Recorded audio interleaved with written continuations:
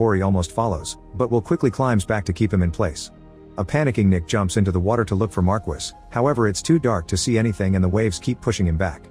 Nick has no choice but to return to the boat to avoid drowning, and the three of them yell in frustration and grief as they realize Marquis isn't coming back. Corey gets so crazy that he pushes Will off, yet Will never gives up and comes back to hold him through his sorrow.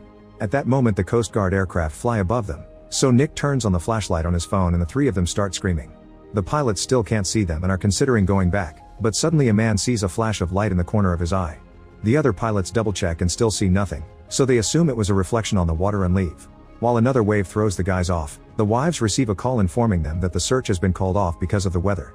They'll start again when the storm clears. The wives try to stay positive and hold hands for comfort. In the Coast Guard office, Timothy calls a ship called Tornado for help, and the commander immediately wakes up his crew to make them keep an eye out for the boat.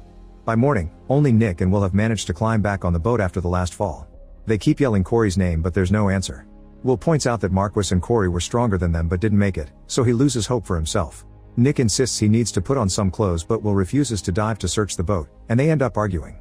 Suddenly two sharks start swimming around the boat and the guys panic. They move to the highest spot and realize that the sharks are probably attracted to the fish they caught earlier. When the sharks search the boat, Will's sandwiches come out and start floating.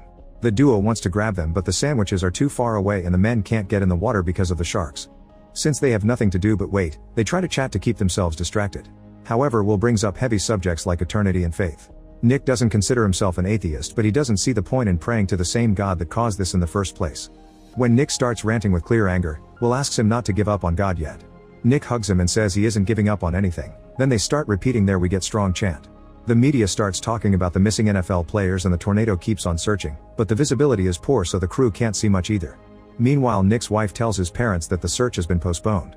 His mother is furious and rushes to the Coast Guard office to yell at Timothy, who explains that he can't risk his pilots' lives and promises they'll go out again soon.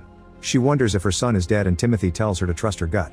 Back to Will and Nick, they're thrown off the boat once more and they have to swim against some very savage waves to get back to the boat, only to be pushed again. They return to the boat as fast as possible and Nick gets an idea. He gets in the water to pull at the cables from the engine until they break, then he says they should tie themselves to the boat. Will thinks it's a bad idea because they'll drown, but Nick points out that at this rate they'll drown anyway. They tie the cables around their waists and when another wave hits them, they don't fall. Moments later, a bigger wave manages to throw the guys off the boat, but the cables keep them close so they climb back pretty quickly.